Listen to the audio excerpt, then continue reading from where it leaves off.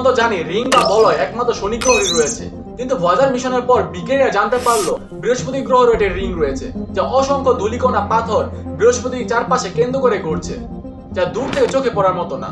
Voyager 1 এর মাধ্যমে বৃহস্পতি গ্রহের এই বিষয়গুলো কাছ থেকে পর্যবেক্ষণ করলো এবং ছবি তুললো, তারপরে পৃথিবীতে পাঠালো। এর মাধ্যমে বিজ্ঞানীরা জানতে পারলো বৃহস্পতি গ্রহ সম্পর্কে। বৃহস্পতি গ্রহ পর্যবেক্ষণ শেষ করে ভয়েজার 1 ধীরে ধীরে শনি গ্রহের কাছে যায়। আমরা সাধারণত জানি শনি গ্রহে রয়েছে বিশাল বড় রিং বা বলয়, কিন্তু ভয়েজার মিশনের মাধ্যমে বিজ্ঞানীরা কাছ থেকে দেখে জানতে পারে এটি কোনো রিং বা বলয় নয়, এটি হলো অসংখ্য ক্ষুদ্র ধূলিকণা পাথর বরফ, যা শনি গ্রহকে কেন্দ্র করে ঘুরছে, যা দূর থেকে রিং এর মতো দেখায়। তারপর ভয়েজার 1 শনি গ্রহের চাঁদ, বায়ুমণ্ডল, মাধ্যাকর্ষণ শক্তি এগুলো কাছ থেকে পর্যবেক্ষণ করলো এবং একে একে ছবি তুললো, তারপরে পৃথিবীতে পাঠালো। বিজ্ঞানীরা জানতে পারলো শনি গ্রহ সম্পর্কে। ভয়েজার 1 এর যে মেইন কাজ বৃহস্পতি ও শনি গ্রহ পর্যবেক্ষণ করা, তা সে সম্পূর্ণ করলো।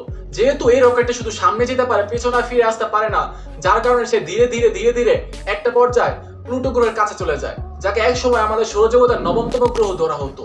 তখন ভয়েজার 1 এর দূরত্ব ছিল পৃথিবী থেকে প্রায় বিলিয়ন কিলোমিটার দূরে।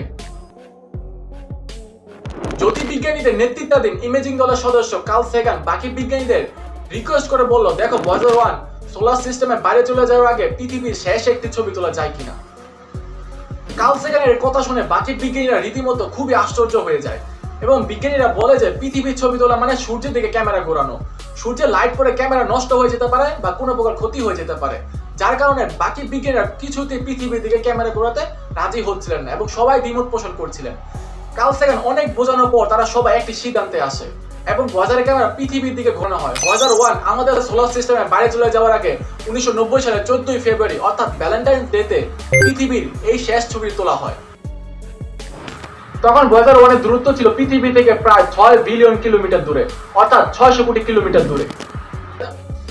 আপনি যদি ছবিটার দিকে খেয়াল করেন, বিশাল এই ছবিটার ভিতরে এই যে উজ্জ্বল ক্ষুদ্র বিন্দুটা দেখতেছেন, এই উজ্জ্বল ক্ষুদ্র বিন্দুটাই হলো আমাদের পৃথিবী। হ্যাঁ, ঠিক শুনেছেন, এটাই হলো আমাদের পৃথিবী। প্লুটো গ্রহের কাছ থেকে পৃথিবীর আয়তন দেখা ছিল প্রায় 0.12 পিক্সেল। বিশাল এই মহাবিশ্বের ভিতরে পৃথিবী ক্ষুদ্র একটা কণা, এই কণার ভিতরে আমাদের বসবাস।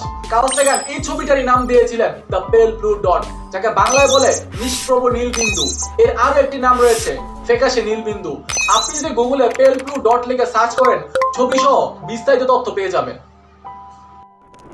এই ছবিটা দেখার পর 1994 সালে কার্ল সেগান পেল blue dot vision of the human future in space নামে এই বইটা লিখেছিলেন। এই বইটা মানবজাতির অস্তিত্বের একটি পরিষ্কার ধারণা তৈরি করতে সক্ষম হয় এবং